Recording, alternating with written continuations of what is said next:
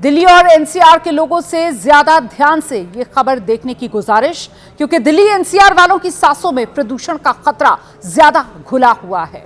जैसे जैसे प्रदूषण बढ़ रहा है, ये हमारी आपकी जिंदगी के कई साल कम कर रहा है। यहां मेरा मकसद आपको डराना बिल्कुल नहीं, बल्कि ये बताने का है कि प्रदूषण के खिलाफ बातों का वक्त गया। ये वक्त कुछ ठोस काम करने का है। हम चाहें तो अपने पड़ोसी चीन की राजधानी बीजिंग से बहुत कुछ सीख सकते हैं। एक वक्त था जब बीजिंग दुनिया की सबसे जहरीली हवाओं वाला शहर था। यहां का AQI इंडेक्स 700 से 900 के बीच हुआ करता था।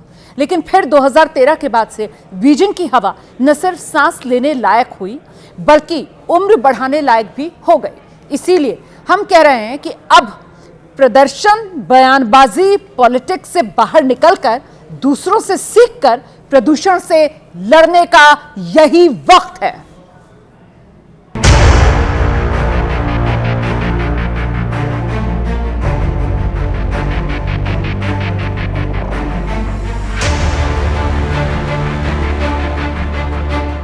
ये दिल्ली है जहां जहरीली हवाओं ने आपकी हमारी जिंदगी के कई साल कम करने की साजिश रची है। गाड़ियों का धुआं और बढ़ते उद्योग धंधों ने प्रदूषण बढ़ाने की रफ्तार को कई गुना बढ़ा दिया है। इसकी गंभीरता को देखते हुए सड़क पर प्रदर्शन तो संसद से संग्राम होने तक आसार बन गए हैं।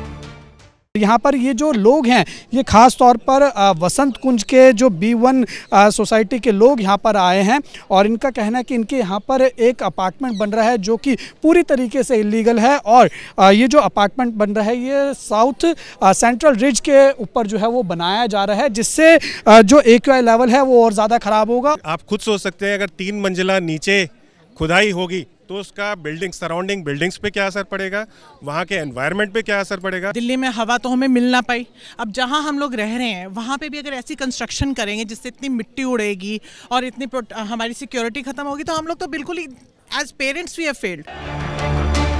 संसद के शीतकालीन सत्र में प्रदूषण भी मुद्दा बनने जा रहा है। ये बहुत ही एक जानलेवा एक हो गया है, हर साल का हो गया है, तो इसको किस तरह से इसको टैकल किया जाए, इस पे भी चर्चा होनी चाहिए, बहुत आवश्यक है। हमने बहुत सारा मुद्दा तो रेस किया है। पोल्यूशन है, all these major issues need to be taken for a structured discussion. सरकार भी विपक्ष की प्रदूषण वाली पॉलिटिक्स पर जवाब देने को पूरी तरह से तैयार दिख रही है। मुद्दे के बारे में अभी पार्लियामेंट सेशन होने वाले हैं, तो मैं कौन कौन सा मुद्दे चर्चा में लाएंगे वो मैं अभी डिक्लेयर नहीं कर सकता हूं। हमारे पास बिजनेस है और हमारा सोच में भी कई चीज़ें हैं, लेकिन हम चाहते हैं कि ऑपोजिशन का बात सुन करके फिर हम अपना बात बताएंगे।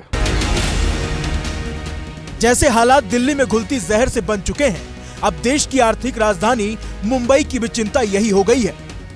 एयर क्वालिटी लाइफ इंडेक्स के अनुसार आज अगर मुंबई करके अगर जीवन काल की बात करें तो वायु प्रदूषण की वजह से उनका जीवन जो है 3 साल से लेकर 7 साल जो है वो कम हो रहा है। अकेले मुंबई शहर में 5100 जो है वो मुंबई कर जो है प्रदूषण के कारण उनकी दुर्भाग्यवश मौत होती है।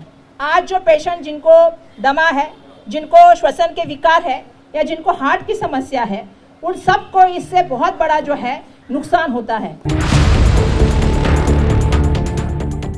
चीफ जस्टिस ऑफ इंडिया ने भी दिल्ली के बढ़ते प्रदूषण को लेकर चिंता जताई है। हाल ही में खुद उन्होंने बताया है कि कैसे प्रदूषण की वजह से वो मॉर्निंग वॉक करने से बीमार पड़े। सवाल है कि दिल्ली की हवा से जहर कब खत्म होगा। सर्दियों में दिल्ली गैस चैम्बर क्यों बन जाती है, प्रदूषण के लिए कौन कौन जिम्मेदार है। सवालों का जवाब तलाशना है तो चीन की राजधानी बीजिंग की हवा को जरूर समझना चाहिए। कभी दुनिया का सबसे प्रदूषित शहर रहा बीजिंग आज अपनी साफ हवाओं के लिए जाना जाता है। आम लोगों से लेकर सरकार तक ने इसकी गंभीरता को समझा। ठीक आज ही के दिन साल 2013 में दिल्ली का AQI 153 था, जबकि बीजिंग का AQI 700 के पार था। वहां हर आदमी दम घुटने से मरता दिख रहा था।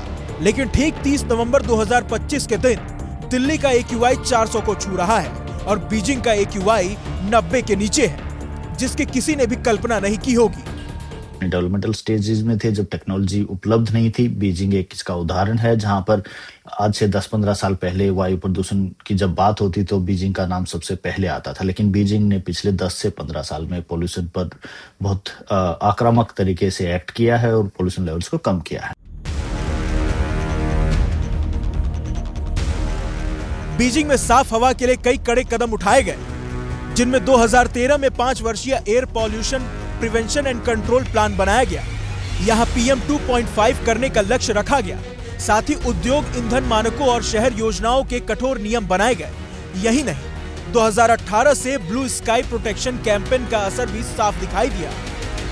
बीजिंग से सटी फैक्ट्रियां या तो बंद हो गई या फिर दूसरी जगहों पर ले जाई गई। तो बीजिंग में 2017 से कोयला आधारित प्लांट भी बंद है।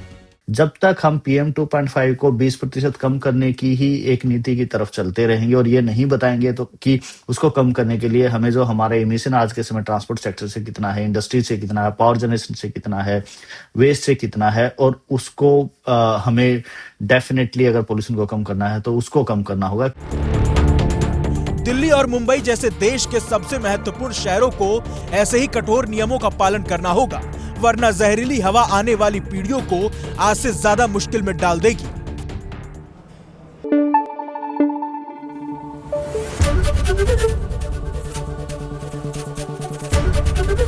ABP न्यूज आपको रखे आगे।